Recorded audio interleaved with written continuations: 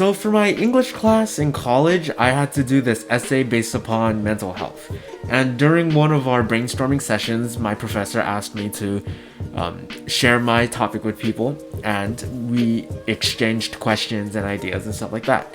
And I figured that these questions that people asked me is what people want to know about mental health. My essay is going to focus on mental health.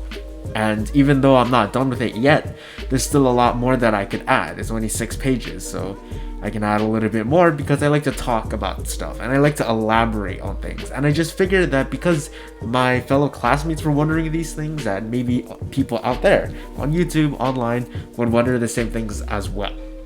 So I'm gonna be doing a sort of a mini series, more of a once in a while kind of video where I take questions that I've been asked for that essay in our brainstorming sessions and I answer them here, because I figured that people here would want to know what people in my class want to know.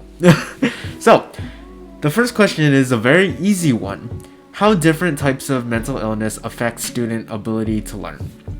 I did not write that sentence. My classmate wrote that sentence, and it is not exactly grammatically correct, but we'll let it slide because, I'm not the professor. I'm not here to judge somebody's grammatical correctness because I'm not even that good all the time when it comes to grammatical correctness. But how does mental illness affect a student's ability to learn? So, one thing you need to understand about mental illness just right off the bat, is that even saying right off the bat?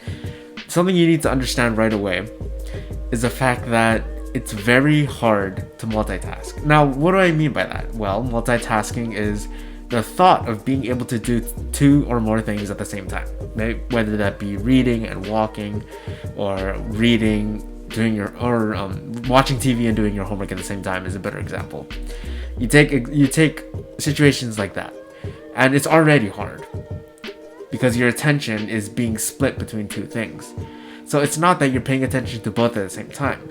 It's you're paying attention to the TV and you're paying attention to your homework. You are paying attention to one at a time, right? And so the way this relates to the world of mental illness is the fact that when you are suffering with a mental illness, depending on how severe it is, it's just like doing your homework and watching TV. Maybe not as entertaining, maybe not as laid back, but it's more of having intrusive thoughts. For example, depression and anxiety. Doing your homework when you have depression and or anxiety is hard. Depression affects you in a way that takes away your motivation. It makes you fatigued. It makes you tired all the time. And no matter how much you sleep, you can't seem to shake the feeling of always being tired. That's a big factor when it comes to feeling depressed. The hopelessness, the shame, the guilt, the fatigue, like I mentioned before. Now imagine taking all those symptoms, putting it on someone, and then also piling on a bunch of work. Not very fun. So we're gonna take this in a different direction. Anxiety. How does anxiety affect somebody who's doing work? Well, it's not so much emotions, but thoughts. The CBT, is it CBT? Yeah, I'm pretty sure it's CBT. Thoughts, behaviors, emotions, thoughts, emotions, behaviors. The triangle. Oh wait, yeah, the triangle. The triangle is CBT. Thoughts affect your emotions, and your emotions affect your actions, your behaviors. So when you apply that to a situation when somebody is struggling with anxiety, you will face a number of problems.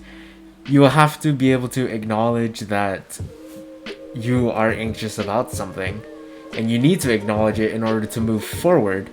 But through acknowledging it can send you down into a further spiral of anxiety and possibly depression. And when it comes to anxiety, especially when it comes to intrusive thoughts, it's not exactly as clean cut because you need to be able to address it, but you can't always get over it right when you address it. It's weird, but again, it's like the multitasking example that I gave before. Sometimes it's like doing your homework and watching TV at the same time. Except this time, it's dealing with thoughts that you don't want to have, and then dealing with your homework, and then dealing with your schoolwork. So, in my personal experience, when it comes to my psychosis, it's a bit of a different one because, by and large, not a lot of people, compared to anxiety, depression, and other mental illnesses, it's the symptom of psychosis isn't one of the more well-known ones, and it's not one of the more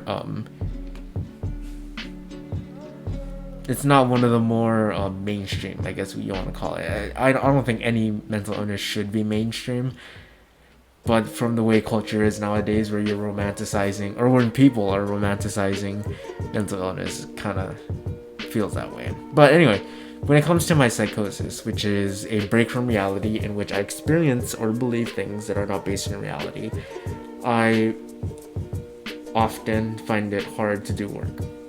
I find it hard to concentrate on anything when I have voices in my head telling me to kill myself, when I have coffee cans talking to me, when my AirPods grows a pair of human legs and runs away. I have 2 AirPods, and one of them grew legs and ran away the other day, and I was freaked out. I was freaked out because I was in the middle of what was I in the middle? I was in the middle of a class. Which class was I in the middle of? I don't know, but it doesn't matter. It's a bit distracting, yes, and it's a bit hard, yes. But I like to think about it like this. I always have the ability to control my actions, and I say, I will take action. I will not do my homework because I am not in the sound mind to be doing my homework. I'm not going to go to class because I'm not in the sound mind to go to class. I'm going to sit down and practice my coping skills, which in turn helps me face my mental illness when it comes to schoolwork, and helps me move forward. Even though it seems like I'm taking a step back, it also lets me take a step forward. So, I hope you enjoyed watching this video. It's a bit of a long one. I know I keep saying that for every video that I post, but there's a lot of stuttering, and there's a lot of that stuff. Exactly what I just did. There's a lot of that, but it's just my mind thinking. I have so many thoughts that they all come pouring out of my mouth at different times, and it's hard to filter. So, I hope you enjoyed, and I'll catch you in the next one. Ahoy ho, malamo pono.